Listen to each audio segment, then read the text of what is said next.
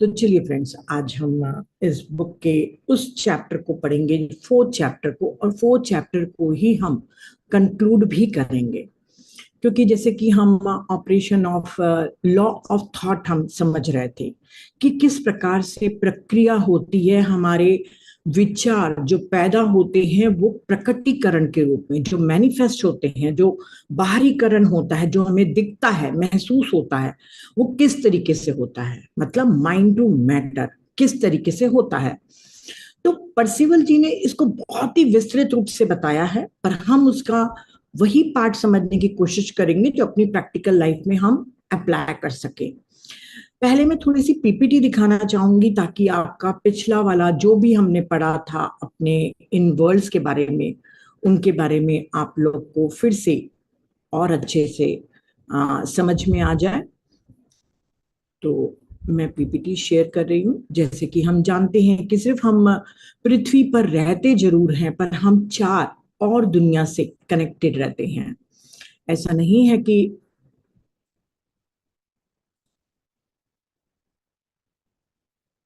हमारी सिर्फ एक ही दुनिया है, हमारी चार दुनिया है। हमारा फॉर्म वर्ल्ड जिसको हम एस्ट्रल वर्ल्ड कहते हैं, फिर ऊपर उसके लाइफ वर्ल्ड, और सबसे आखिरी में लाइट वर्ल्ड। हम चाहे यहां पर हैं, पर ये चारों दुनिया हमारे भीतर ही हैं। रेल्म ऑफ परमानेंस सिर्फ हमारे एक हाथ की दूरी पर है। ऐसा नहीं है कि रेल्म ऑफ परमानेंस हमारे सात आकाशों के बाद है। तो ये चारों दुनिया हमारे साथ ही है, पर ये सिर्फ एक डिफरेंशिएट करने के लिए पीपीटी इस तरीके से बनाए जाते हैं ताकि हम आप लोग समझ सके। तो ये चार दुनिया के साथ हम अनुभव लेते हैं, सोचते हैं, और सोचने की प्रक्रिया के द्वारा उसको मैनिफेस्ट भी करते हैं, चाहे चाहकर चाहे अनजाने रूप में। तो ये चारों हैं। अब आपको याद होगा कि उन्होंने बताया था कि हर वर्ल्ड के एटमॉस्फेयर होते हैं। जैसे फिजिकल वर्ल्ड है तो उसका फिजिकल एटमॉस्फेयर है, पर जब हम फॉर्म वर्ल्ड में जाते हैं, एस्ट्रल वर्ल्ड की तरफ जाते हैं, तब वहां पे हमारा साइकिक एटमॉस्फेयर आता है, जिसको हिंदी में हम कहते हैं हमारी मानसिक शक्तियां, मानसिक वातावरण। जितने भी साइकिक चीजें हैं वो फॉर्म वर्ल्ड की हैं, जिसको कुछ लोग एस्ट्रल वर्ल्ड कहते हैं, पर परसिवल जी फॉर्म वर्ल्ड बोलते हैं। तो हमको उनके अनुसार थोड़ा सा याद रखना है, फॉर्म वर्ल्ड मतलब एस्ट्रल साइकिक एटमॉस्फेयर। जो भी मैं सोच रही हूँ, किसी के बारे में भी सोच रही हूँ, वो सब मेरे साइकिक एटमॉस्फेयर में चल रहे हैं। फिर उसके ऊपर आता है लाइफ वर्ल्ड। देखिए ये सब एक साथ है, ये सिर्फ हम डिफरेंशिएट करने के लिए ऊपर नीचे ऐसे हम बोलते हैं। तो उसके बाद आता है लाइफ वर्ल्ड, जो हमारा कॉजल वर्ल्ड है। वहां पे हमारा मेंटल एटमॉस्फेयर रहता है, यहीं पे ही सारी मानसिक संरचनाएं, जितने मेंटल फॉर्मेशन है वो यही होते हैं। जिसको अगर मैं बुद्धिज्म की लैंग्वेज में बोलूं तो सारे संस्कार, हमारे सारी प्रवृत्तियां, ये सब कुछ हमारी कॉजल वर्ल्ड में ही रहती हैं। चाहे वो हमारी झूठ बोलने की प्रवृत्ति हो, चाहे किसी को धोखा देने की हो, चुगली करने की हो, ये जितनी भी मेंटल एटमॉस्फेयर है वहां पर सेव रहती हैं, और वहीं से ही हम कनेक्ट होते रहते हैं। और सबसे आखिरी में आता है लाइट वर्ल्ड, नोएटिक एटमॉस्फेयर, जहां पे हमारे नोअर अपनी लाइट को हम तक के पहुंचाते हैं। और नोअर के पास भी लाइट कहां से आती है? इंटेलिजेंस से आती है। मतलब जो एक इंटेलिजेंस, जैसे मैंने बताया था ना कि एक गवर्नमेंट है, इंटेलिजेंस है और कंप्लीट ट्रायून सेल्फ है, वो पूरा एक गवर्नमेंट बनाते हैं। और इंटेलिजेंस अपनी लाइट नोअर को देता है नोएटिक एटमॉस्फेयर पे। सिर्फ आप इतना याद रख लीजिए कि हमारे पास चार एटमॉस्फेयर है, यहीं पे ही हमारे सारे विचारों का खेल खेला जाता है, और विचारों का प्रकटीकरण भी इन्हीं के द्वारा ही होता है। कोई आकाश में बैठा हुआ देवता नहीं है कि आपकी इच्छा को सुन के फिर आपके पूरे कार्मिक कुंडली निकाले कि आप ठीक हो कि नहीं, अच्छा अभी आपको मैं दूं कि नहीं दूं। उनके पास टाइम नहीं है। हम 47 करोड़ जनता है भारत में। तो भारत में नीता रायपुर में बैठ के क्या मांग रही है, किसी के पास टाइम नहीं है मेरे लिए सोचने का। ये मेरी ही थॉट, मेरा ही इंटेलिजेंस के द्वारा जो मुझे परमिशन मिलेगी वही मैं मैनिफेस्ट कर पाऊंगी, नहीं तो नहीं कर पाऊंगी। तो ये हमारे 4 वर्ल्ड्स हैं, 4 एटमॉस्फेयर हैं। तो कोई भी विचार अगर हम सोचते हैं कि सिर्फ दिमाग में उठा और चला गया, एक लहर आई और चली गई, तो ऐसा नहीं है। हर थॉट हमारा एक लिविंग प्लान होता है, ब्लूप्रिंट होता है, जिसमें हमारा स्वयं का उसका उद्देश्य और एक आकार छिपा रहता है। मैंने आपको बताया था ना, हर थॉट अपना एक आकार लेता है, उसका अपना एक एम होता है। और थॉट कभी भी शांत नहीं बैठेगा जब तक के वो भौतिक रूप में आके मैनिफेस्ट ना हो जाए, तब तक के उसके में डायनेमिक रहेगा ही, गतिशीलता रहेगी ही, मोमेंटम रहेगा ही। तो ये चारों वर्ल्ड्स का आपको ध्यान रखना है कि 4 वर्ल्ड्स हैं। याद करने की कुछ भी जरूरत नहीं है आप लोग को। आप ये मत सोचिएगा कि अरे ये इतनी बड़ी बड़ी बातें, नहीं, सिर्फ आपको समझना है कि पृथ्वी के अलावा ये दुनिया भी है, बस आप समझिए। और कोई भी हम जब थॉट करते हैं, कोई भी विचार करते हैं, तो वो हमको लगता है कि सिर्फ एक मेंटल थॉट है, पर इसके 4 पिलर्स होते हैं। जैसे यूनिट ऑफ नेचर, जिसको मैं परसिवल जी ने कहा है, ये कोई भी वस्तु हो सकता है आपको कार देख के इच्छा हो जाए कि मुझे भी कार चाहिए, है ना, या कोई पद प्रतिष्ठा चाहिए, लक्ष्य हो कोई कि मुझे भाई स्पिरिचुअल टीचर बनना है, या मुझे हील होना है, मेरी तबीयत ठीक हो जाए। देखिए, यूनिट ऑफ नेचर मतलब संसार की कोई ना कोई एक ऐसी चीज होगी जिसके लिए हम इच्छा करेंगे, चाहे वो ठोस रूप में हो, चाहे वो पद के रूप में हो, चाहे कोई महत्वाकांक्षा, या कोई भी आध्यात्मिक एस्पिरेशन भी। मतलब मैं चाहूंगी कि नहीं, मेरे को तो भाई और ज्यादा तरक्की करनी है, मुझे बहुत अच्छा बनना है, तो वो भी एक ऑब्जेक्ट हुआ ना हमारे लिए। तो ये संसार में जो भी चीज हम चाहते हैं कि हम पाए, हम लें, वो यूनिट ऑफ नेचर है, वो विचार का एक स्तंभ है। और दूसरा होता है हमारी इच्छा। हमारी इच्छा होगी तभी वो थॉट गतिशील होके मैनिफेस्ट होगा। अगर मैं रैंडम एक थॉट करी कि चलो मैं फ्रेंच सीख लेती हूँ, मैंने सिर्फ सोचा फ्रेंच सीख लेती हूँ, पर न तो मेरी उसमें कोई इच्छा है, न मेरा कोई एफर्ट है, न ही मैं कभी उसके बारे में सोच रही हूँ बार बार। तो वो बार बार जब मैं नहीं सोच रही हूँ, एक बार रैंडम थॉट आया, डिजायर नहीं है, तो वो डिजॉल्व हो जाएगा थॉट, वो मैनिफेस्ट नहीं होगा। पर अगर मैं बार बार सोचूंगी मुझे फ्रेंच सीखना है, मुझे फ्रेंच सीखना है, तो वो डिजायर हो गई। कोई भी चीज जब हम चाहते हैं ना, बार बार डिजायर करते हैं किसी भी चीज के लिए, तब वो कॉन्शियस लाइट भी हमारी उसके साथ जुड़ती है, और फिर उस थॉट में एक बैलेंसिंग फैक्टर होता है। ये एक ऐसी बोलना चाहिए रहस्यमयी शक्ति है। देखिए, हर चीज तो हम नहीं जान सकते, एक ऐसा रहस्यमयी बैलेंसिंग फैक्टर है जो हर थॉट के साथ रहता है, जिसको पूरा होना है। ये ब्रह्मांड के नियमों में से ही है कि हर इच्छा जो मैनिफेस्ट होने के लिए आगे बढ़ रही है, उसमें एक बैलेंसिंग फैक्टर होगा। ठीक है, तो ये 4 चीजें हर हमारे उस विचार के साथ जुड़ती हैं जब, और गतिशील होना शुरू होती हैं, मोमेंटम आता है, तब वो जाके मैनिफेस्ट होगा वो विचार। समझ गए? तो इच्छा हमारी फ्यूल का काम करती है उस समय। तो जैसे मैंने बताया कि ये जो कॉन्शियस लाइट है वो हमारी अपनी नहीं है, वो इंटेलिजेंस की लाइट है। ठीक है, और अब इसको मैनिफेस्ट होना है जब ये चारों चीजें होंगी। तो बाह्यकरण, जिसको एक्सटीरियोराइजेशन कहते हैं, धीरे धीरे होता है। कैसे होएगा? आपने कोई भी विचार डाला, कोई भी इच्छा डाली, चलिए मैंने विचार डाला कि मैं एक पिरामिड बनाती हूँ वृंदावन में, जस्सी मैम और हम लोग की टीम बनाती है। ठीक है, ये मेरा और जस्सी मैम का संयुक्त विचार था, और हमारी टीम का भी, सिर्फ हम दोनों का ही नहीं, हमारी टीम का भी था। अब ये विचार सबसे पहले बीज के रूप में लाइट वर्ल्ड में रहेगा, ये यहाँ पर, इसीलिए मैंने एरो नीचे लगाए हैं। हमारे 4 वर्ल्ड्स हैं। लाइट वर्ल्ड में हमारे बीज, हमारी इच्छा, हमारा पर्पस ब्लूप्रिंट के रूप में लाइट वर्ल्ड में रहता है, बीज के रूप में। अब इसके बाद ये विचार अपना टाइम लेकर, अपना समय, कंडीशन, सब कुछ लेकर उचित समय पर लाइफ वर्ल्ड में आता है। ये देखिए, ये लाइफ वर्ल्ड में आया। अब लाइफ वर्ल्ड में जब आता है तो सबसे इंपॉर्टेंट चीज होती है, कौन सी चीज इंपॉर्टेंट होती है कि यहां पे एलिमेंटल्स जुड़ते हैं। 2 टाइप के एलिमेंटल्स बताए हैं परसिवल जी ने।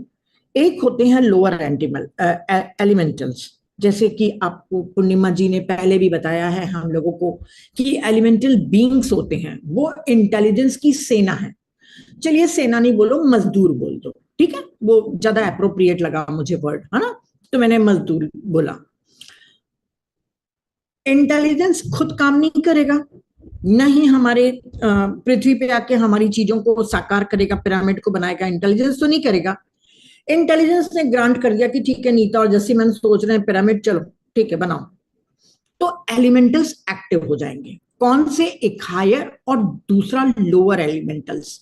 तो हायर एलिमेंटल्स कौन से हैं?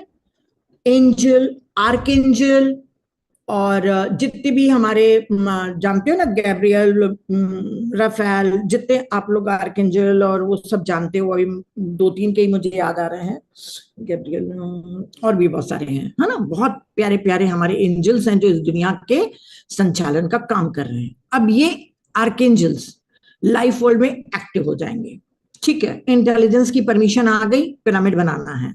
अब वो लोअर एलिमेंटल्स को बोलेंगे कि चलो अब पिरामिड बनाने का काम शुरू करना है। अब लोअर एलिमेंटल्स अपने काम करने शुरू करते हैं। वो भी 4 टाइप के हैं, हमको बहुत डिटेल में नहीं जाना है, बस हायर एलिमेंटल्स मतलब आर्कएंजल लोगों ने परमिशन दे दी इंटेलिजेंस से लेके, सॉरी इंटेलिजेंस से नहीं, कंप्लीट ट्रायून सेल्फ से लेके, वो जो ज्ञानी पुरुष है ना जो ऊपर बैठे हुए हैं, वहां पर बैठे हुए हमारी परमिशन दे देते हैं। ज्ञानी पुरुष ना, जो एनलाइटेंड होके चले गए हैं, ज्ञानी पुरुष लोगों की अपनी एक सभा है, एक असेंबली है, उसने परमिशन दे दी, चलो नीता और जसी मैम को पिरामिड बनाने के लिए दे दिया जाएगा, इनकी टीम को, ये टीम बहुत डिवोटेड है, चलो कर लेते हैं अपन काम, ठीक है। अब उन्होंने परमिशन दे दी, तो आर्कएंजल लोगों ने फिर लोअर एलिमेंटल्स को बोला, एलिमेंटल बींग्स को बोला कि अब इनका काम शुरू कर दो पिरामिड के लिए। अब लोअर एलिमेंटल्स मतलब यानी एलिमेंटल बींग्स, बार बार मैं दोनों में वो हो रही हूँ, एलिमेंटल बींग्स एक्टिव हो जाएंगे, वो हमारे लिए संसाधन उठाएंगे, जुटाएंगे, किसी ना किसी तरीके से, किसी को, वो अनइंटेलिजेंट है, वो सिर्फ आज्ञा का पालन करते हैं। किसी को बीमारी देनी है, किसी को सक्सेस देना है, किसी का पिरामिड बनाना है, उनको मतलब नहीं है। जो आर्कएंजल ने बोल दिया वो एलिमेंटल्स काम कर रहे हैं। उनको मतलब नहीं है कि आपको बीमारी से दुख मिलेगा या आपका पैसा डूब जाएगा तो आप दुखी होकर डिप्रेशन में चले जाओगे, उनको मतलब नहीं है, उनको काम करना है। अनइंटेलिजेंट है वो, पर एक्टिव रहते हैं, 4 टाइप के हैं, वो काम करना शुरू कर देंगे। अभी हम पिरामिड का एग्जांपल ले रहे हैं, ठीक है। तो पिरामिड के लिए वो मुझे हमारी टीम को अलग अलग लोगों से जुड़ाएंगे जो हमको डोनेशन देगा, फिर हम लोग थोड़ा सा मेहनत करेंगे, ब्लूप्रिंट बनाएंगे कि हाँ भाई आर्किटेक्ट ने ये बना के दिया है। फिर एलिमेंटल्स और हमारे लिए वो इंजीनियर्स भेजेंगे, हमारे दूसरे काम करने वालों को भेजेंगे किसी भी तरीके से कि वो वहां तक के, इस टीम तक के पहुंचे जो पिरामिड बनाने के लिए इनको सहयोग करेगा। तो हमारे पास डोनर्स भी आ गए, इंजीनियर्स भी आ गए, टेक्नीशियन भी आ गए, सब आ गए। अब इसका एक ब्लूप्रिंट बनता है। ब्लूप्रिंट बनता है फॉर्म वर्ल्ड में। एलिमेंटल्स पहले पूरे फॉर्म वर्ल्ड में ब्लूप्रिंट बनाएगा। कहा जाता है फ्रेंड्स कि कोई भी चीज जब मैनिफेस्ट होती है ना पृथ्वी पर, वो उसके पहले एस्ट्रल वर्ल्ड में मैनिफेस्ट हो जाती है। कैसे मैनिफेस्ट होती है? जैसे मान लीजिए कोई बीमारी आने वाली है तो वो पहले मैनिफेस्ट हो जाएगी। अगर मान लीजिए हमारा वृंदावन का पिरामिड आया तो वो चाहे आया जिस भी मंथ, उसके 3-4 महीने पहले एस्ट्रली वो तैयार हो गया, वो पूरा तैयार हो जाता है, ब्लूप्रिंट पूरा खाका तैयार हो जाता है एस्ट्रली कि ऐसा पिरामिड बनेगा।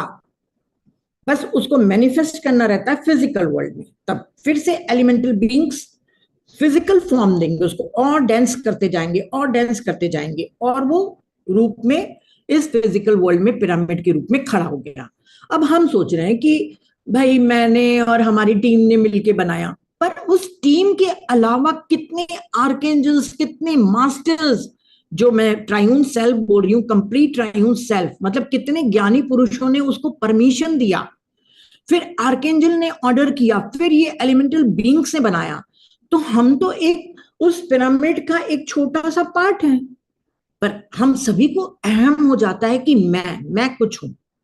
बस वही परसिवल जी बता रहे हैं कि आप जो भी थिंकिंग करते हैं वो कलेक्टिवली काम करती है, दूसरों के विचार भी आपके साथ जुड़ते हैं, दूसरों का सहयोग भी आपके साथ जुड़ता है। तो ये तो मैंने पिरामिड का एग्जांपल दिया। अगर मान लीजिए कोई बीमारी का होगा, तो बीमारी का भी ऐसे ही थॉट लाइट वर्ल्ड से होता हुआ धीरे धीरे लाइफ वर्ल्ड में जाएगा, और आर्केंजल बता देंगे एलिमेंटल बींग्स को कि इसका ये वाला ऑर्गन डैमेज करना है, क्योंकि इसको ये बीमारी होनी है।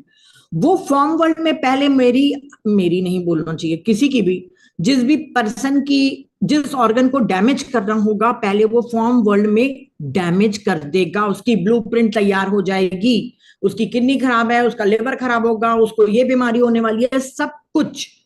और उसके कुछ दिनों के बाद, 5 दिन 3 दिन, जो भी, ऐसे कई लोग बोलते हैं 3 दिन, पर मैं नहीं मानती, 3 दिन हो सकता है, 10 दिन भी होते होंगे, हमको क्या मालूम। पर एस्ट्रल वर्ल्ड में बनने के बाद ही मैनिफेस्ट होता है फिजिकल वर्ल्ड में, चाहे बीमारी हो, चाहे पिरामिड हो, चाहे कोई भी, आपको कार भी लेना हो तब भी आपका विचार ऐसे ही बनता है।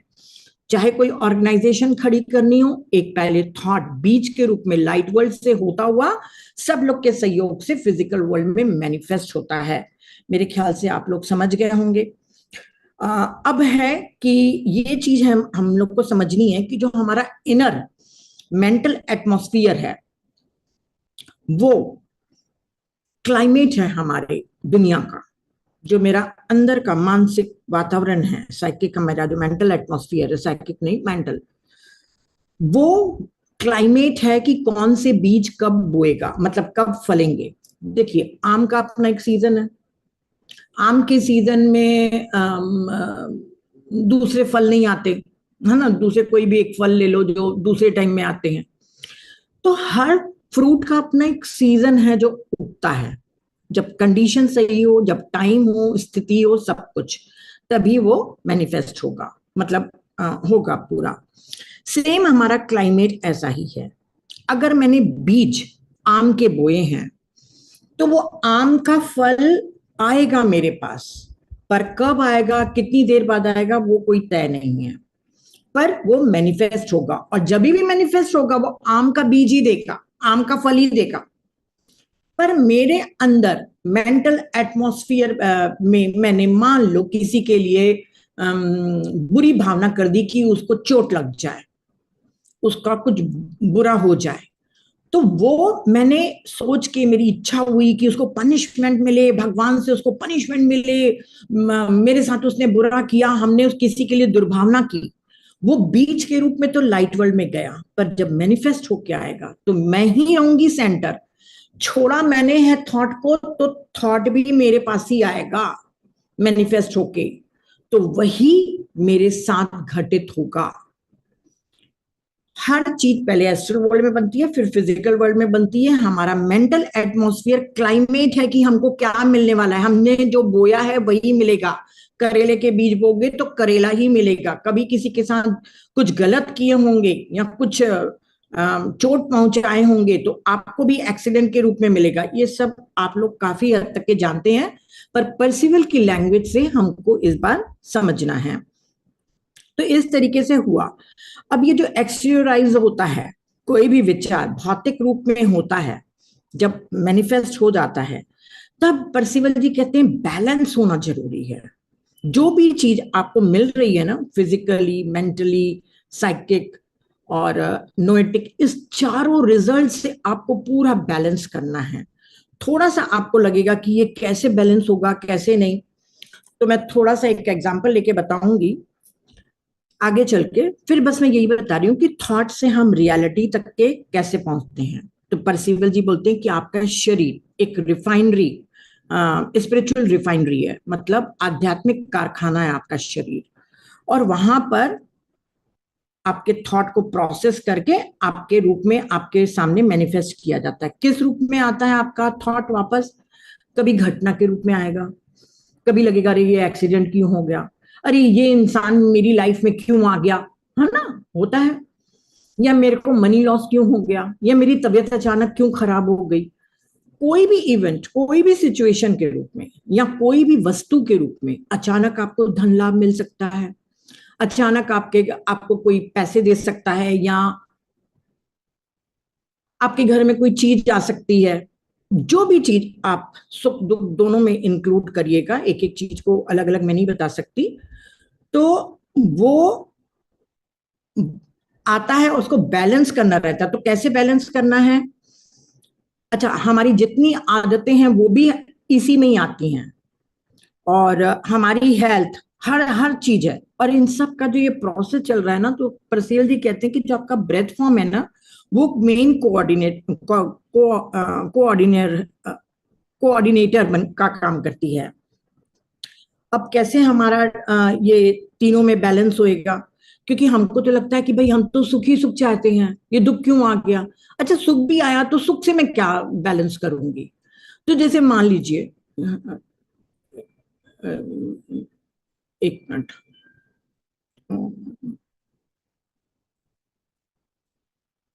कहाँ चला गया कर्सर?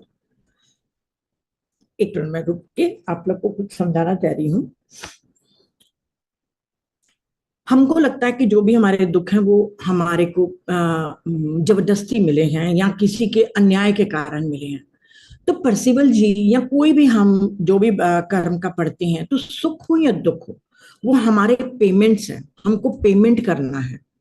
अगर मान लीजिए जैसे मैंने बोला कि सब चीजों को बैलेंस करना है, तो बैलेंस कैसे करना है आप लोगों को?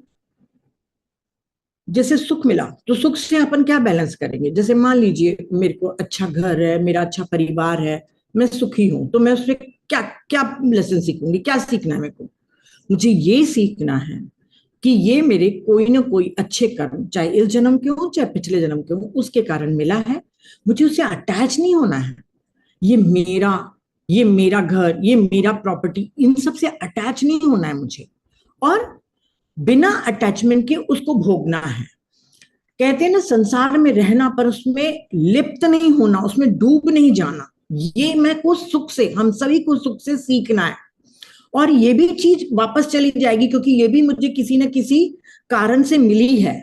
ये भी कभी हो सकता है चली जाए, हो सकता है कुछ महीनों के बाद हम लोगों के पास पैसे ही नहीं रहे, या कभी युद्ध छिड़ जाए तो हम तो बेघर हो जाएंगे, हो सकता है। तो ये सब चीजें नॉन अटैचमेंट हमको सीखना है। और कभी भी अपने पद, अपने धन, अपनी खूबसूरती, किसी भी चीज पे हमको घमंड नहीं करना है। किसी न किसी चीज में हमको ये मैनिफेस्ट हुआ है, हमने बहुत से गलत चीजें भी की हैं। अब हम बोलेंगे दुख, दुख तो भाई हमको मालूम है, दुख तो आ रहा है। तो वो बोलते हैं कि आप अगर ये बात को अच्छे तरीके से समझ लेंगे कि हर चीज आप ही पेमेंट कर रहे हो, तो आप कॉन्शियस क्रिएटर बन जाओगे, ना कि कोई एक पैसिव विक्टिम बने रहोगे। अब दुख आया, मान लीजिए, यहाँ पे मैं एक एग्जांपल के थ्रू बताती हूँ कि किस तरीके से बैलेंस करते हैं, क्योंकि उसको वर्ड्स में बताना थोड़ा मुश्किल हो रहा है। जैसे मान लीजिए, मैनिपुलेशन को मैंने एक एग्जांपल के तौर पे लिया है कि एक व्यक्ति है, उसने अपने पिछले जन्म में किसी से धोखाधड़ी करके मैनिपुलेशन के द्वारा खूब पैसा कमा लिया। पैसा कमा लिया, परंतु उसको सुख तो मिला, भाई पैसा मिला ना उसको, तो भौतिक सुख तो मिला उसको। अब साइकिक सुख भी मिला, है ना, कि पैसा आ गया, अरे मुझे कितना अच्छा लग रहा है, मैं जो चाहता था वो मैं पूरा कर लिया, किसी को धोखा देके मैंने पैसा ले लिया। पर उसके मन में एक छोटा सा डर भी रहता है कि मैंने गलत किया। और उसकी जो मेंटल रिजल्ट है, देखिए, भौतिक रूप से उसको धन मिला, साइकिक रूप से उसको खुशी मिली, मेंटल रूप से उसको उसकी बेईमानी की प्रवृत्तियां बढ़ते गई। आप समझिएगा, हर चीज, हर वर्ड हमारे लिए महत्वपूर्ण है। एक बार उसने धोखाधड़ी करके पैसा कमा लिया, पर मेंटल रिजल्ट उसका क्या रहा कि उसके मन में बेईमानी की प्रवृत्तियां प्रबल हो गई। अब अगली बार उसको मैनिपुलेशन करने में कोई शर्म नहीं आएगी और न ही कोई डर लगेगा। अब वो आराम से लोगों को मैनिपुलेट कर लेगा। ठीक है। अब नोएटिक रिजल्ट क्या रहेगा? नोएटिक रिजल्ट में हमारा है कॉन्शियंस, हमारी अंतरात्मा, अंतःकरण, जमीर, वो वो बोलेगा नहीं ये गलत किया, ये गलत हुआ। और जहां से नोएटिक एटमॉस्फेयर, हमारे विवेक बुद्धि ने कहा ये गलत, हम तो सोच रहे हैं ये सही है, पर हमारा जमीर, हमारी अंतरात्मा कह रही है ये गलत, वहां पे टोटली अनबैलेंस हुआ। और जब भी आप किसी से मैनिपुलेशन करोगे तो ब्रह्मांड में असंतुलन तो होगा ही। किसी को भी दुख देना वो असंतुलन क्रिएट करता है इस ब्रह्मांड में। तो यहाँ पे नोएटिक रिजल्ट क्या मिला? संघर्ष। उसके नोअर और ये जो व्यक्ति ने किया है, डूअर ने, उन दोनों के बीच में कॉन्फ्लिक्ट चल रहा है। चाहे उसको नींद अच्छी आ रही हो, क्योंकि बेईमानी करके भी लोग सोते हैं अच्छे से, पर संघर्ष अंदर चल रहा है। तो ये 4 रिजल्ट्स उसको मिले। आप सिर्फ इतना समझ लीजिए कि धीरे धीरे आप समझते जाएंगे चारों रिजल्ट को, क्योंकि पर्सिबल का लैंग्वेज में मुझे समझाना है, तो मैं बता रही हूँ कि हर वर्ल्ड में एक रिजल्ट मिलता है हमको। अब संघर्ष है, पैसा मिल गया, पर विवेक ने गलत बोला। अब ये थॉट, ये बैलेंस होना ही है। अब उसका अगला जन्म हुआ, अगला जन्म हुआ तो कोई ना कोई व्यक्ति उसको आके धोखा देगा, या उसको बहुत अचानक से पैसे किसी और के कारण नुकसान हो सकते हैं। उसको सबसे पहले लगेगा कितना दुख। उसको क्या मिला? दुख मिला, साइकिक रिजल्ट, कि नहीं मैंने किसी के ऊपर विश्वास किया, उसने मेरे साथ छल कपट की, तो तुरंत उसको दुख हुआ। और फिर मेंटल एटमॉस्फेयर में उसको कौन सा रिजल्ट मिलेगा? नहीं, किसी को धोखा नहीं देना चाहिए। कितना मेरे को दुख दिया उसने, किसी को भी धोखा नहीं देना चाहिए, ये उसका लेसन हो गया। और जब उसने इस चीज को बैलेंस करने के लिए, एक मिनट, अब उसको बैलेंस करना है इसको, है ना। अंतरात्मा ने बोला बिल्कुल ठीक, तुमको सबक मिल गया, ठीक, अब इसको इम्प्लीमेंट करना है, बैलेंस करना है इसको। अब फिर से उसके पास कोई चांस आता है किसी को मैनिपुलेट करने का, उसको अवसर भी आ गया। वो चाहता तो 2 मिनट में किसी को मैनिपुलेट करके पैसे इकट्ठा कर सकता है, पर उसको ये चीज लर्न है कि नहीं, मेरे को भी दुख हुआ था, गलत है, ये बहुत गलत है। तो वो क्या करेगा? अब नहीं करेगा।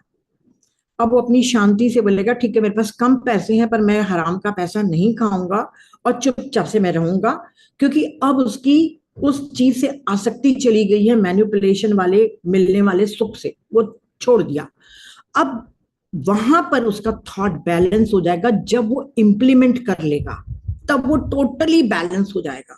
और फिर उसको अगले कितने भी जन्म होते जाएंगे तो फिर उसको ये वाला थॉट वापस उसके पास नहीं आएगा मैनिपुलेशन का। हम कहते हैं ना कि हम कई लेसन सीख चुके हैं, तो अब हमको नहीं करना है। जैसे मैं एक एग्जांपल दे रही हूँ यहाँ पे, थियोसॉफी का मैं एक दूंगी, लीड बेटर और एनी बेसेंट ने बहुत कर्मा का इसके ऊपर बोला है। एक आदमी था, बहुत ड्रिंक करता था, और पी पी के उसकी तबीयत खराब हो जाती है, सब कुछ हो जाता है, उससे नशा नहीं छूटता है, पर आखिर एक टाइम अपने विल पावर से स्ट्रांगली वो उस चीज को छोड़ पाता है। ठीक है, उसने छोड़ दिया शराब पीना और सीख लिया कि ये शराब बहुत गलत चीज है, बिल्कुल भी नहीं पीनी है। अब उसका अगला जन्म होता है, अगला जन्म होएगा तो उसके फ्रेंड सर्कल, उसकी रिलेटिव्स उसके सामने शराब की बोतल रखेंगे। पुरानी प्रवृत्ति थी उसके में शराब पीने की, वो टेबल तक के जाएगा भी, उसके मन में एक थॉट भी आएगा कि मैं पी लूं, क्या सब तो पी रहे हैं, क्या फर्क पड़ रहा है। पर उसको वो लेसन याद रहेगा, क्योंकि उसके नोर तक के वो लेसन पहुंच गया है कि अल्कोहल नहीं लेना है, हेल्थ के लिए वो खराब है। तो वो वहां तक के थॉट, एक हल्की सी डिजायर भी आई, पर वो बॉटल उठा के पिएगा नहीं, क्योंकि उसने लेसन पूरा कर लिया है। उसने सीख लिया है उस चीज से, जैसे उसने मैनिपुलेशन से सीख लिया। किसी ने कोई मान लीजिए कोई बहुत व्याभिचारी है, वो जिस समय सीख लेगा लेसन, वो कभी भी किसी दूसरे के शरीर के साथ गलत नहीं करेगा, किसी भी दूसरे के पार्टनर के साथ गलत नहीं करेगा। तो ये बैलेंसिंग है। तो परसेवल जी बोलते हैं कि हर चीज को आपको बैलेंस करना है। तो यहाँ पे जो मैं पूरा इस चैप्टर को एक तरह से समअप करने की कोशिश कर रही हूँ। तो जैसे हमने जाना कि हर विचार एक बीज की तरह, मैं थोड़ा सा पीपीटी दिखा दूं आप लोगों को, नहीं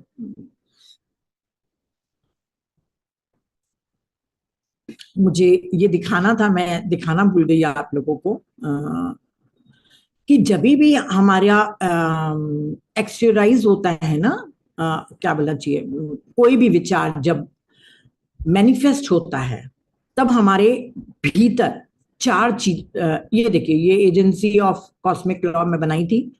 मैंने बताया था ना, हमारे तीन लोग हमारे कोई भी चीज को पूरा करने के लिए करते हैं। कंप्लीट ट्राइउन सेल्फ, जो हमारे विचारों को पूरा मैनिफेस्ट करता है, हमारी इच्छाओं को।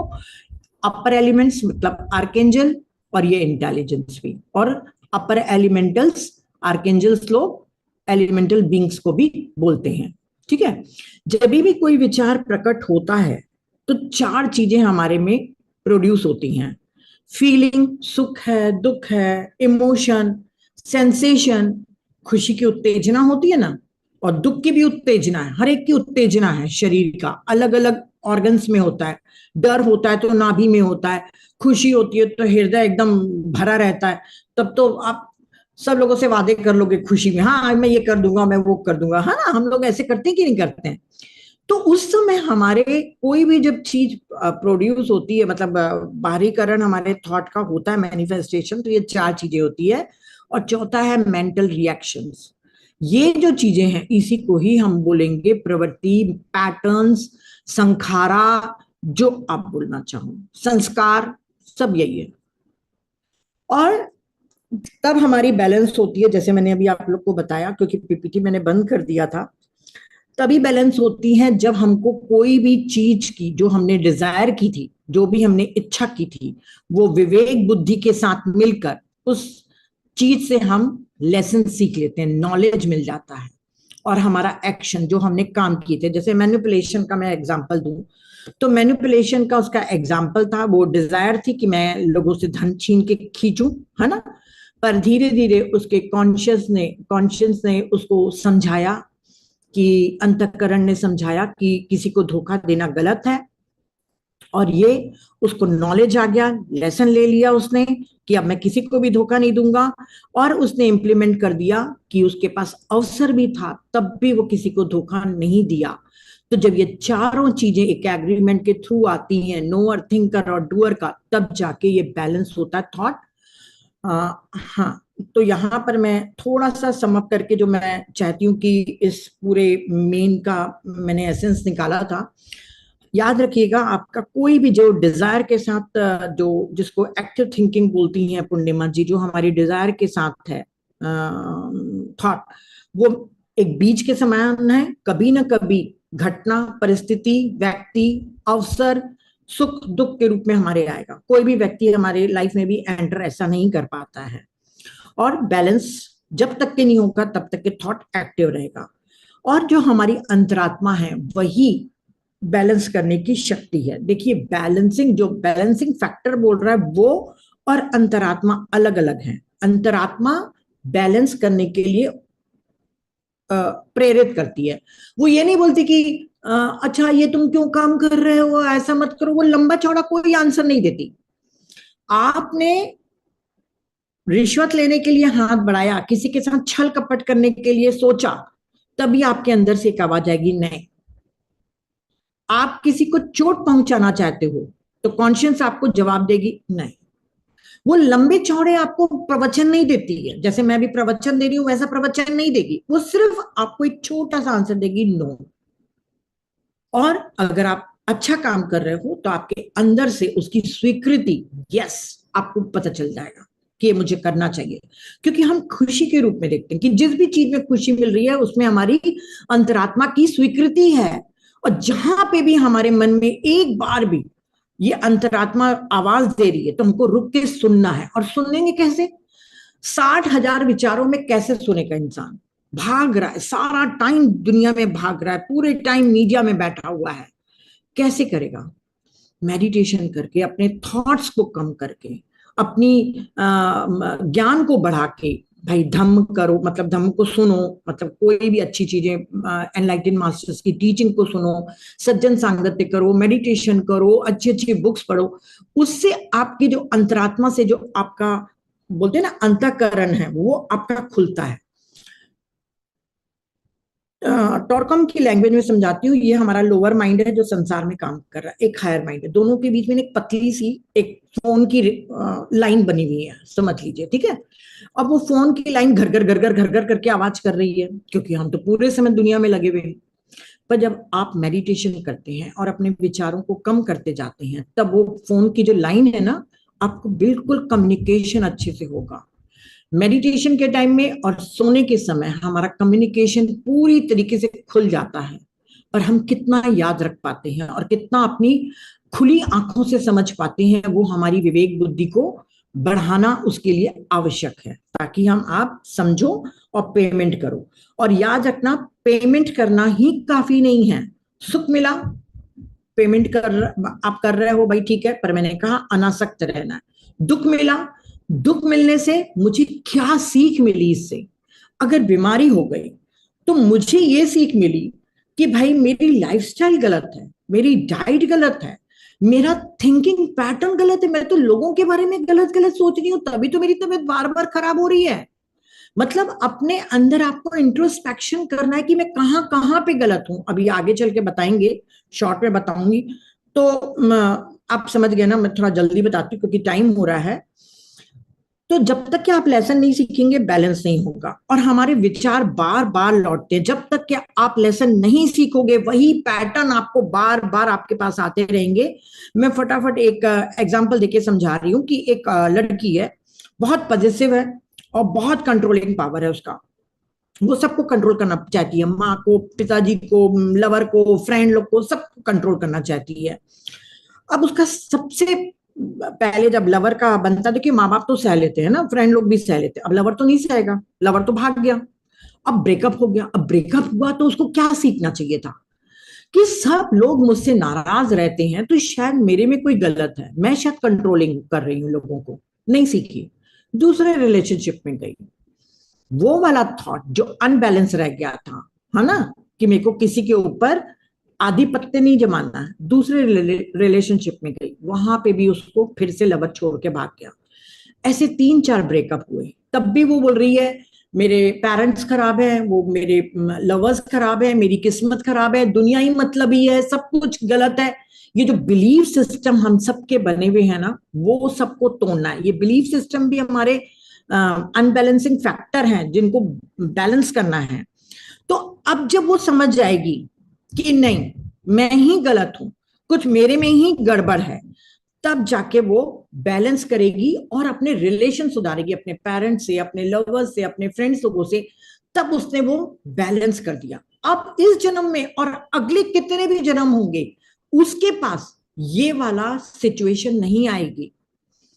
एब्यूसिव रिलेशनशिप, ब्रेकअप्स, ये सब जो पॉजिटिवनेस के कारण और कंट्रोलिंग के कारण उसको लेसन सीखना था, इसी के लिए बार बार पैटर्न आता है। हम बोलते नहीं ये बार बार क्यों आते हैं। अगर टाइम मिलेगा तो मैं आप लोग को बताऊंगी कि मैंने भी इस लेसन को बहुत बड़ी कीमत पे चुकाया, सीखा, बहुत बड़ी कीमत दी, परंतु सीखी। और अब काफी हद तक के मैं समझ गई हूँ कि मुझे इस पैटर्न को नहीं वो करना है। ठीक है, तो अब मैं फटाफट थोड़ा सा कर रही हूँ और समाप्त इसको कर रही हूँ, क्योंकि पूर्णिमा जी भी जुड़ गई हैं। तो देखिए, मृत्यु में हम जब मर गए तो हमको लगता है कि हमारे सारे दुख चले गए, हमने जो भी किया था सब चले गए। नहीं, ये जितने आपके मेंटल रिएक्शंस थे ना, वो जो मेंटल फॉर्मेशन है, आपके संस्कार हैं, वो आपके साथ जाते हैं। एक छोटा सा एग्जाम्पल देके मैं बताऊंगी यहाँ पर, इसलिए बता रही हूँ क्योंकि आप लोगों को ना बड़ा अच्छा लगेगा। नहीं छोड़िए, मैं अभी नहीं बताती, टाइम हो जाएगा। और हम जो भी चीज सोचते हैं ना, जैसे मान लीजिए मैंने धन कमाने के लिए सोचा या प्रोग्रेस के लिए सोचा, तो मेरे विचार के अलावा मेरे आसपास के लोगों के विचार, वो सब भी उस पे इफेक्ट डालते हैं। परसिवल जी ने बोला है कि वो भी हमारे साथ जुड़ते हैं। कार्ल जुंग ने भी बोला है कलेक्टिव कॉन्शियसनेस, है ना। और फिर परसिवल जी ने बताया है कि हम सेम विचार के जो लोग रहते हैं ना, वो एक दूसरे को अट्रैक्ट करते हैं। जैसे अभी हम सब लोग जुड़े हुए हैं अपने रूम में, तो हम सभी लोग अपनी प्रोग्रेस चाहते हैं, अपनी स्पिरिचुअल को, हम अपनी लाइफ को समझना चाहते हैं, हम अपने दुखों से मुक्ति चाहते हैं कि क्यों बार बार मेरे को दुख आ रहा है अपनी लाइफ में, चाहे हम कितने भी प्रॉस्पर रहे, सब कुछ रहे, पर दुख तो सभी के पास है। तो हम सभी लोगों की एक थिंकिंग है, हम मेडिटेशन करना चाहते हैं तो सेम वाले लोग, हम लोग जुड़ते हैं। और देखिए जस्टिस कभी भी नहीं दिखेगा, जैसे परसिवल जी ने कहा कि थॉट जा रहा है आपके लाइट वर्ल्ड में, फिर वहां से मैनिफेस्ट होके आ रहा है, तो वो अपने हिसाब से टाइम लेगा। और आप भाग्य को टाल नहीं सकते, टाल सकते हो, मिटा नहीं सकते। उन्होंने कहा है कि कभी कभी हम अपने दुर्भाग्य को भी ना टाल सकते हैं। बुद्धिज्म भी बोलता है कि आप इतने कुशल कर्म कर लो, इतने पुण्य कर्म कर लो, कि जो भी आपके रिजल्ट आने वाले थे ना बुरे कर्मों के, वो फले ही ना। देखिए जैसे मान लीजिए एक बीज है, एक आम की गुठली है, उसको मैंने इस टेबल के ऊपर 5 साल भी रखूंगी तो वो अंकुरित नहीं होगा और पेड़ नहीं बनेगा। पर वही आम की गुठली अगर मैं किसी जमीन में डाल दूंगी तो वो आम का वृक्ष बनेगा और आम का फल भी देगा। मतलब परिस्थिति, स्थिति, सब कुछ, टाइम, सब कुछ मायने रखता है। तो यदि आप उस बुरे कर्मों के फलों को आने का अवसर ही ना दो, तो आप कुछ हद तक के टाल सकते हो। तो अच्छे अच्छे कर्म करके आप टाल सकते हो। और सबसे मेन चीज जो जो परसिवल जी यहाँ पे बताना चाह रहे हैं कि आपका जो प्रेजेंट में जो ड्यूटी है, जैसे मान लीजिए मेरी एक वाइफ का रोल है, एक मदर का है, एक नानी का है, सबका रोल है, वो मेरे को दिया गया है मेरी इंटेलिजेंस, मेरे ट्राइम्फ सेल्फ और मेरे नोअर के द्वारा, कि तुमको नीता बन के यहाँ पे ऐसे ऐसे ड्यूटीज निभानी है। अगर मैंने ये ड्यूटीज नहीं निभाई तो ये वाला फिर से मुझे लेना पड़ेगा। तो यहाँ पे बोले हैं कि आप अपने कर्तव्य को जब नहीं निभाते हो तो भविष्य में फिर से वो आपको वापस आएगा। जितना आप टालते जाओगे, जैसे मान लीजिए कई मम्मी पापा लोग अपने बच्चों को अच्छे से नहीं पालते हैं और आया लोग के पास छोड़ देते हैं, और उनकी मतलब मेंटल डेवलपमेंट और इमोशनल डेवलपमेंट में कोई रोल प्ले नहीं करते हैं, रिस्पॉन्सिबिलिटी से भागते हैं। आजकल तो फैशन बन गया है ना, वो क्या बोलते हो, हॉस्टल में डालने का, ये वो। अगर बच्चे को आपने अच्छे से पाले पोसे नहीं, उसका डेवलपमेंट में उसको सहयोग नहीं किया, रिस्पॉन्सिबिलिटी से भागे, तो परसिवल जी कहते हैं कि अगले जन्म में फिर से आपको वो थोपा जाएगा और इससे ज्यादा इंटेंसिटी से थोपा जाएगा। अब वो कितनी इंटेंसिटी रहेगी वो हम नहीं जान सकते, है ना। तो आपको अपने जो भी प्रेजेंट के कर्म है उसको निभाना ही है। हो सकता है आप जॉइंट फैमिली में हो सकता है आप सिंगल पेरेंटिंग कर रहे हो सकता है आपके घर में कोई बीमार हो, कोई भी चीज हो सकती है। तो हमारी जो ड्यूटीज हैं, हमारे जो कर्तव्य हैं प्रेजेंट के, उनको निभाने के लिए यहाँ पे, क्योंकि मुझे एंड करना है इस चैप्टर को एनी हाउ, तो इसीलिए मुझे थोड़ा फास्ट चलना पड़ रहा है। तो हमारे 5 प्रकार की ड्यूटीज हैं, हमारे ब्रेथ फॉर्म के लिए, हमारे बॉडी के लिए, हमारे प्रकृति के लिए, शरीर और शरीर के बाहर दोनों के लिए हमारे कर्तव्य है। ट्रायून सेल्फ के लिए हमारा कर्तव्य है, इंटेलिजेंस के लिए हमारा कर्तव्य है, और सुप्रीम इंटेलिजेंस के लिए कर्तव्य है। तो यहाँ पर एकदम शॉर्ट में बताना चाहूंगी। जैसे शरीर के लिए, तो शरीर के लिए क्या है भाई, स्वस्थ रखना है, शुद्ध रखना है। इंग्लिश का मैं बताती हूँ, इंग्लिश का मैंने थोड़ा ठीक से बनाया था। तो यहाँ पे आपको अपने शरीर को अच्छे से रखना है, और नेचर को भी, हमारे प्रकृति का है, पॉलिथीन नहीं खराब करना है, जल का दुरुपयोग नहीं करना है, बिजली बचाना है, जो भी आप जानते हो प्रकृति के बारे में, संरक्षण के लिए, कंजर्वेशन के लिए हमको हमारी ड्यूटीज है, ये हमारे कर्तव्य हैं। इनका उल्लंघन हमारा एक वो बनता है, गलत काम बनता है, मतलब अकुशल काम बनेगा, मतलब एक सिन के रूप में आएगा। फिर ट्रायून सेल्फ के लिए भी है कि हमारी इच्छाएं तो हैं जितनी भी, उनको हम विवेक बुद्धि से पूरी करें। मान लीजिए अभी मेरे को किसी के ऊपर बहुत गुस्सा आया, बहुत गंदा बोलना चाह रही हूं मैं उस व्यक्ति के लिए, तो मुझे अपने ट्रायून सेल्फ के प्रति कर्तव्य है कि मैं अभी चुप रहूं, उस बात को मैं समझूं और थोड़ी देर के लिए अपने को शांत रहने दूं। मैं मतलब ना झूठ बोलूं ना डिफेंस करूं, अरे नहीं नहीं मैं नहीं, तुम ही गलत हो, तुम ही गलत हो, हम डिफेंस करते ना, ये सब नहीं करें, हम चुप रहे, गलत चीज नहीं बोले। तो ये हमारे ट्रायून सेल्फ की कर्तव्य है। फिर इंटेलिजेंस का, हमको सत्य के रास्ते पे चलना है, ईमानदारी से रहना है और सही सोच रखना है। इसके बाद सुप्रीम इंटेलिजेंस का, अगर जो भी आप धर्म में हैं तो वो कहते हैं उस धर्म को आप पालन करो, और कॉस्मिक लॉ जो बने हुए हैं जैसे लॉ ऑफ थॉट है, या हम और भी कोई थॉट बोले, उन सब का उस नियम है, जितने भी नियम है हम उनको नियमों को हमको पालन करना है और समझना है कि कोई एक शक्ति है जो इस पूरे ब्रह्मांड में इक्विलिब्रियम और बैलेंस रखना चाहती है। अब कई लोगों को लगेगा कि सुप्रीम इंटेलिजेंस के लिए तो हमारा एक ही है कि हम भजन गाएं, है ना, प्रेयर करें, ओम नमः शिवाय का जाप करें, मंदिर जाएं, मंदिर में जाके अच्छे अच्छे फल फूल चढ़ा दें। हमको लगता है कि यही है हमारा ड्यूटी, है ना, मंदिरों में जाके भोग चढ़ाना, चैंटिंग करना और अपने को धार्मिक बताना, कर्म कांड करना। तो परसिवल जी बोलते हैं कि आप अभी, आप जिस भी धर्म में है उस धर्म को ना बिल्कुल मानिए, पर याद रखिए हमेशा कि आपका जो अस्तित्व है वो सुप्रीम इंटेलिजेंस, उसी के द्वारा ही संचालित हो रहा है। ये जो नेचर गॉड्स हैं वो आपके कर्मों को, आपके लॉ ऑफ थॉट में इंटरफियर नहीं करेंगे। तो जो भी सुप्रीम इंटेलिजेंस ने ब्रह्मांड के नियम बनाया है उसको आप पालन करिए। और जो भी आपको वर्तमान में ड्यूटी दी गई है, चाहे सिंगल पेरेंटिंग हो, चाहे ज्वाइंट फैमिली हो, चाहे बहुत ही क्रूएल मदर और फादर मिले हो जो सारा दिन आपको चिल्लाते हो, वो आपकी प्रेजेंट ड्यूटी है उसको करना। किस तरीके से करना है वो आप समझदारी से करेंगे, विलिंगली भी करना है, अंडरस्टैंडिंग से भी करनी है, और कोई अटैचमेंट भी नहीं रखना है। आज मैं अपने हस्बैंड को खाना खिला रही हूँ और अपने बच्चों को पाल रही हूँ, तो मैं कोई वो नहीं रखूं कि अरे मैंने बहुत कर लिया। ये मेरी ड्यूटी है, मुझे दिया गया है इस जन्म में, इस टाइम में, क्योंकि शादी करके ये मेरा चुनाव था, शादी करना, बच्चे पैदा करना मेरा चुनाव था। तो अब इस ड्यूटी को मैं क्यों नहीं निभाऊं, नहीं निभाऊंगी तो फिर अगले जन्म में और इंटेंस रूप में आएगा।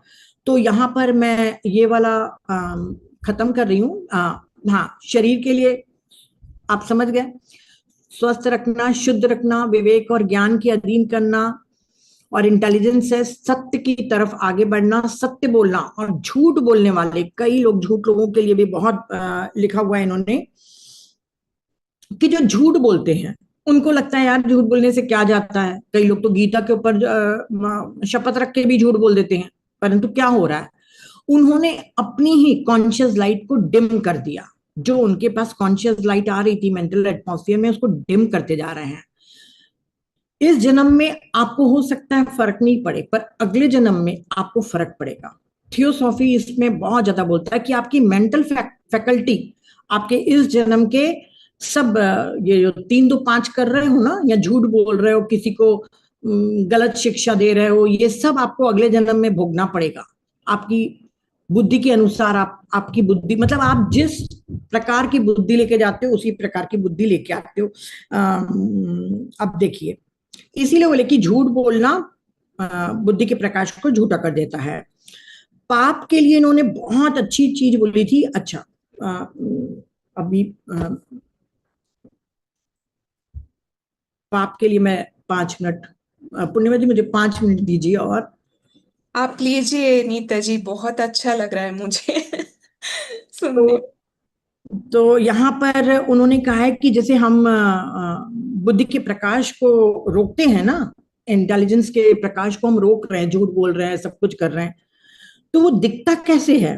जो लोग कट्टर होते हैं ना अपने धर्म के लिए, नहीं मेरा धर्म सही है, बाकी लोग का धर्म बेकार है, मैं तो हिंदू हूं, हिंदू को ही मानूंगा और ये जीसस की बात नहीं मानूंगा, ना बुद्धिज्म को मानूंगा, कट्टर होते हैं। या हठ धर्मिता जिसको डॉगमेटिज्म बोलते हैं, या अपने अपनी बिलीफ सिस्टम को ही मानना, पुरानी मान्यताओं से ही चिपके रहना, और एक मेंटल लेजीनेस भी होता है इसमें जो हमारा रहता है। वो लोग मेडिटेशन नहीं करेंगे, वो कोई बुक उक नहीं पढ़ेंगे, उनके पास लेजीनेस है। यहाँ पे मैं हट धर्मिता डॉगमेटिज्म पे बोल रही हूँ कि कई लोगों को लगेगा नहीं हम तो भैया कोई रिलीजन को नहीं मानते तो हम तो हट धर्मिता नहीं। डॉगमेटिज्म ये भी याद रखना, जब आप किसी गुरु से या किसी मेंटर से बहुत ज्यादा अट्रैक्ट हो जाते हैं, इतने अट्रैक्ट हो जाते हैं कि उसके सत्य को भी आप देखना पसंद नहीं करते हैं। अगर कोई आपको सत्य बताएगा तो आप कान बंद कर लेते, नहीं नहीं नहीं नहीं नहीं, नहीं। अगर कोई रील आ गया उसका, कोई उसकी झूठ का पर्दाफाश करने के लिए तो आप हटा दोगे, नहीं नहीं नहीं नहीं नहीं। गुरु से प्रति भी हम, अपने मेंटर अपने स्पीकर्स लोगों से भी हम अटैच हो जाते हैं, इतने हम अपने उसमें बिलीफ सिस्टम में अपनी इमेज में बैठे हुए हैं। आज अगर देखा जाए तो कितने गुरुओं का भंडाफोड़ हुआ है, नाम नहीं लूंगी, आप सब जानते हैं, कुछ लोग तो जेल में भी हैं गुरु लोग, पर उनके फॉलोअर्स की देखिएगा वही श्रद्धा। अरे भाई सुप्रीम कोर्ट ने उनको जेल पहुंचा दिया है, पर डॉगमेटिज्म नहीं, मेरा गुरु अच्छा है, ये सब चालबाजी है। सेम ऐसे हमारे स्पिरिचुअल मास्टर्स भी, जिनके बारे में भी किसी को मालूम चलता है वो उसके बारे में कोई भी बात नहीं सुनना चाहता है। देखिए हर हर टाइप के लोग हैं, हर दुनिया में हर टाइप के लोग हैं, पर अगर किसी को बताओगे भी तो दिख भी रहा है, उनको दिख भी रहा है कि यहाँ पे गलत है, पर वो इस बात को नहीं मानेंगे। ये चिपकना हुआ अपने बिलीफ सिस्टम से, अपने इमेज से कि ये मेरे गुरु हैं, किसी को भी ब्लाइंडली फॉलो नहीं करना है। यहाँ पे और भी कुछ कुछ चीजें लिखी हुई थी, अभी मेरे पास टाइम नहीं है, नहीं तो मैं आपको उसको बताती, बहुत सुंदर परसिवल जी ने बताया है यहाँ पर। यहाँ पे उन्होंने बोला कि जो भी पाप हम करते हैं ना, तो वो पाप की डेफिनेशन बहुत अच्छी उन्होंने बोला था, जो मैं चाहती हूँ कि मैं आप लोग को बताऊं। क्योंकि हम लोग पाप मतलब समझते हैं कि सिर्फ किसी को नुकसान पहुंचाना, है ना। इन्होंने कहा है कि जब व्यक्ति अनजाने में, अगर मान लो मेरे से कोई कीड़ा मर गया, या नीचे कोई चूहा आ गया मान लीजिए, या मेंढक आ गया वॉक करते हुए मर गया, तो वो पाप नहीं है, पर उसके भी कॉन्सिक्वेंसेस मुझे भोगने हैं। पर एक्चुअल पाप, परसिवल जी ने बहुत सुंदर डेफिनेशन बताई है कि जब व्यक्ति जानबूझकर अपनी अंतरात्मा मतलब कॉन्शियस, जिम्मेदारी, रिस्पॉन्सिबिलिटी और कर्तव्य यानी ड्यूटीज के विरुद्ध कार्य करता है, तब वो पाप कहलाता है। मतलब जानते हुए भी कर रहा है।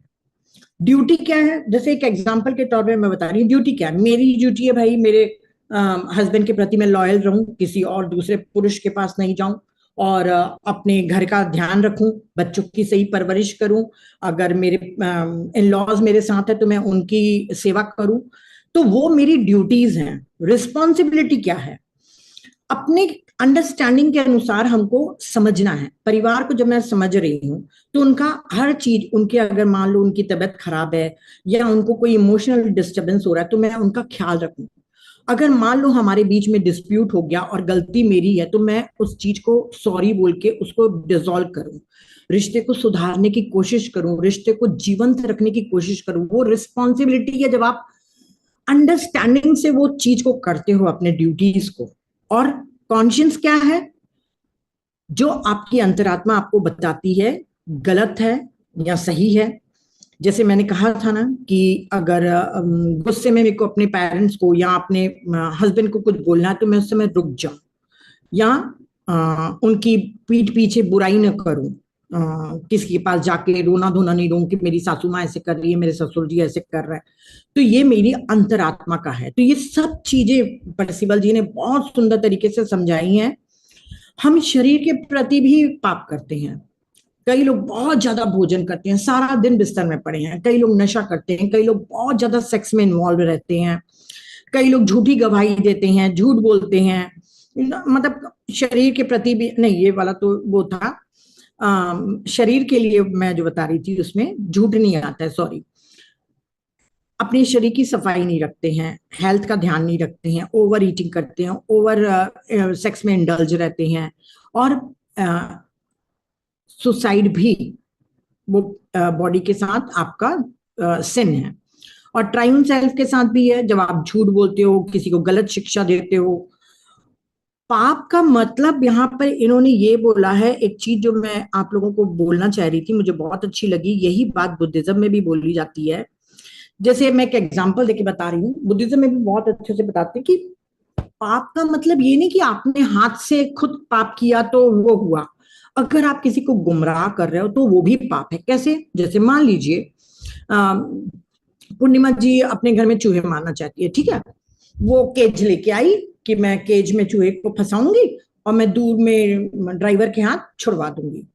मैं उसको बोलूंगी, यार यार क्या क्या तुम पकड़ रहे हो, कोई नहीं पकड़ाते, एक काम करो, वो जो आजकल जहर आते हैं ना चूहे को मारने वाले, वो जहर ले आओ, जहर खिला दो, झंझट खत्म। अब उसको नॉलेज नहीं है, उसका मन नहीं है, पर मैंने उसको बोला कि जहर ले आओ, उसने जहर डाके चूहे को मार के खिलाया। उसका जो फल है ना, उसको जो कर्म फल मिलेगा वो कम मिलेगा, मुझे ज्यादा मिलेगा, क्योंकि मैंने उसको गुमराह किया। वो तो जानवर को पकड़ के दूर छोड़ना चाह रही है, पर मैं तो बोल रही हूँ किल किल। मर्डर सिर्फ इंसान का ही नहीं होता है, हम एक एनिमल को भी मार रहे हैं, वो भी एक मर्डर ही है। वो दूसरी बात है कि फिजिकल लॉ हमको नहीं देता है उसका मर्डर का सजा, पर हर प्राणी जीना चाहता है, हर प्राणी को दुख होता है, हर प्राणी को कष्ट होता है। तो जब मैंने बोला तो परसिवल जी यही बोल रहे, तो मुझे ये वाली बात बहुत अच्छी लगी थी कि हम सिर्फ खुद ही पाप नहीं करते, दूसरे को अगर हम गुमराह करके भी पाप करा रहे हैं, गलत गलत शिक्षा भी दे रहे हैं, तब भी आप बहुत बड़ा गलत काम कर रहे हो। और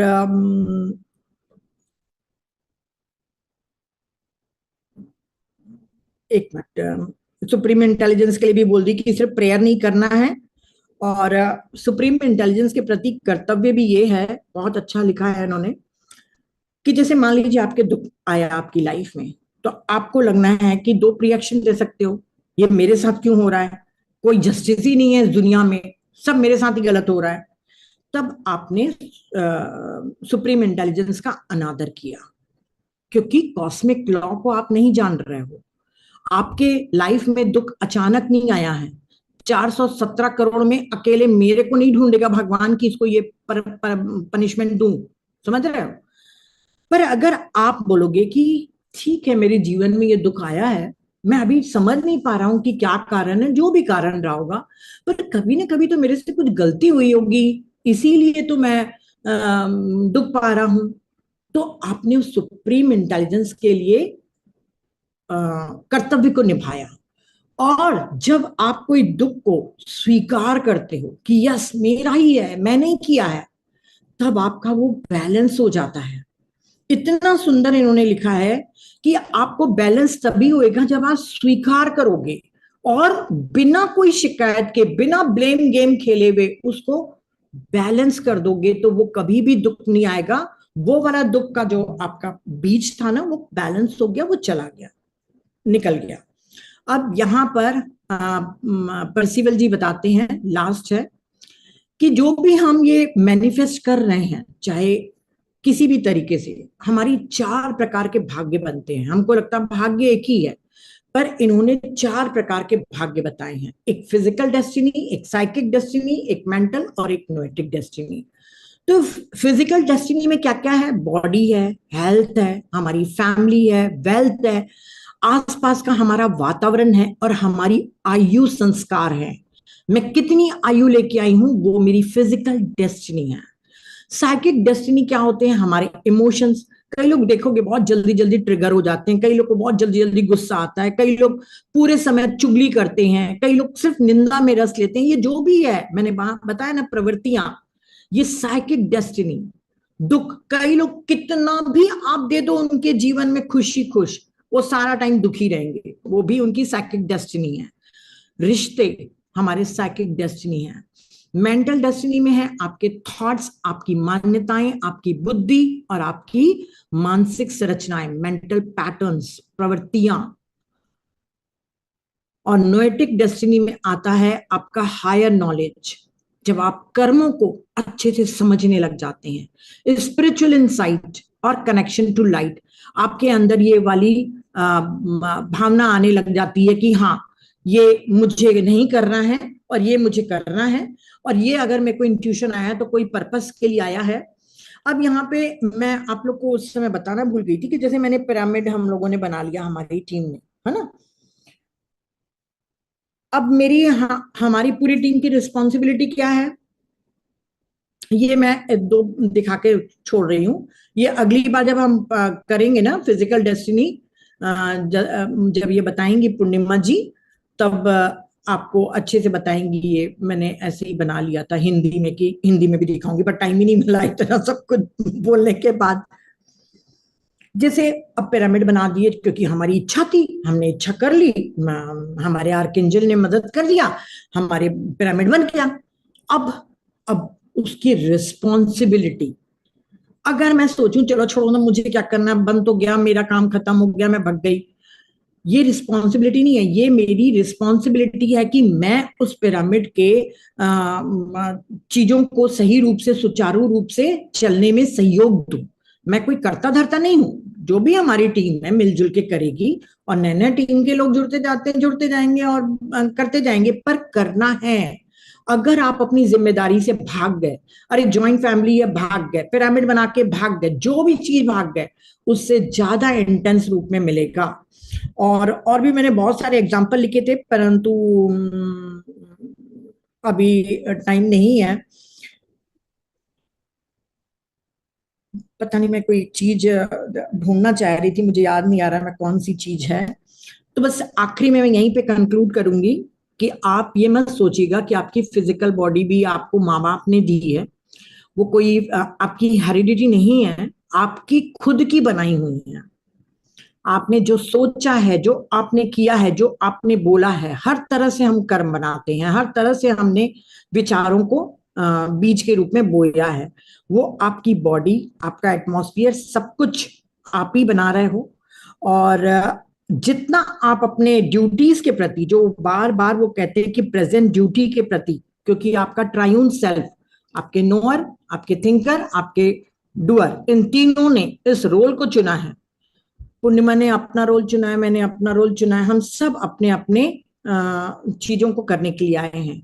और कॉन्शियस लाइट हमारी हमेशा मदद करते रहती है। बस ये है कि किसी को भी ब्लेम नहीं करना है, हर विचार बहुत सोच समझ के करना है, और कोई भी ऐसी इच्छा नहीं करनी है जिसके कॉन्सिक्वेंसेस आपको नहीं समझ में आए। जैसे मैं एक एग्जांपल देके यहाँ पे एंड करूंगी फ्रेंड। जैसे कई लोग कोरोना के टाइम में मेडिकल मेडिटेशन सेंटर बना लिए अपने घर में, बड़े जोश जोश में थे, बना लिए मेडिटेशन सेंटर। कई लोगों ने पिरामिड बना दिए पैसे इकट्ठे करके। बना लेना, अपने विचारों को मैनिफेस्ट करना बहुत आसान है, क्योंकि इंटेलिजेंस तो आपको सपोर्ट कर ही रहा है, ट्राइयून सेल्फ सपोर्ट कर रहे हैं ज्ञानी लोग। पर क्योंकि वो देख रहे हैं कि अभी आप उत्साही हो, एकदम एंथुसियास्टिक होके बिल्कुल जुटे हुए उस काम में, आपने कर दिया मैनिफेस्ट। अब इसके बाद आपको लगता है ओ माय गॉड, मुझे कितना टाइम देना पड़ रहा है, कितना समय लग रहा है, कितना पैसा लग रहा है, मेरे से नहीं होगा, मैं क्या अपना घर बार नहीं संभालूंगी क्या, मैं क्यों। तो मैनिफेस्ट किया ही क्यों? क्यों आपने पिरामिड बनाए, क्यों मेडिटेशन सेंटर बनाए? अगर आप ये परिवार भी आपने इच्छा से बनाया है, तो ये सब चीजें भी आपने अपनी इच्छा से बनाई है। ये ज्ञान भारत जो मैंने जूम स्टार्ट किया, वो मेरी रिस्पॉन्सिबिलिटी है, किसी और की रिस्पॉन्सिबिलिटी नहीं है इसको चलाने की। और मैं ही बर्डन समझ के भागते रहूंगी तो फिर और ज्यादा होगा मेरे ऊपर भारी। और एक चीज मैं आखिरी में कंक्लूड करती हूँ, पता नहीं क्यों मुझे एक एक अच्छी अच्छी चीज याद आ रही है ना, इसलिए मैं कंक्लूड कर रही हूँ, क्योंकि मैं चाहती हूँ कि आप लोग पर्सिवल की लैंग्वेज में इस चीज को समझें कि जो मास्टर्स होते हैं ना, जो हमारे इंटेलिजेंस हैं, जो कंप्लीट ट्राइगोन सेल्फ है, वो आपके साथ इमोशनली नहीं बंधे हैं। जैसे मान लीजिए मैं उस पिरामिड में एक हिस्सेदार हूँ, जैसी मैं विभा जी, कुलविंदर सर, और भी 6-7 लोग हम लोग हैं, संगीता जी, ये सब हम 7 लोग हैं। अब हम लोगों में से कोई भी एक चाहेगा कि अरे यार ये बर्डन है, मैं मेरे को नहीं करना पुसा रहा, मैं चले जा रही हूँ, मेरा मन नहीं हो रहा है। तो इंटेलिजेंस कभी भी इमोशनल नहीं होते हैं, वो आपको उस प्रोजेक्ट से आउट कर देंगे, किसी भी तरीके से आपको आउट कर देंगे। वो आपके लिए नहीं देखेंगे कि अरे ये तो 5 साल से इतना मेहनत करी थी, नहीं, वो इमोशनल बिल्कुल नहीं है, वो आपको आउट कर देंगे या कई बार उस प्रोजेक्ट को ही ड्रॉ कर देते हैं, मतलब विड्रॉ कर देते हैं। जैसे मैं एक एग्जांपल बता रही हूँ आप लोगों को, अरे यार, थियोसॉफी का मैं एक एग्जांपल बता रही हूँ। हेलेना ब्लेवेस्की बहुत अपने मास्टर्स कुटुहुमी और मास्टर मौर्य से बहुत अटैच थी, बहुत प्यार करती थी उनको। तो उन्होंने उनको बताया था, मास्टर मौर्य ने, कि हम लोग इमोशनल नहीं हैं, आप काम कर रहे हो तो करो, नहीं करोगे तो आपको रिप्लेस कर दिया जाएगा, नहीं तो वो प्रोजेक्ट को ही विड्रॉ कर दिया जाएगा। वहीं का ही मैं सेंटेंस बोल रही हूँ कि उन्होंने कई प्रोजेक्ट को डिसॉल्व कर दिया।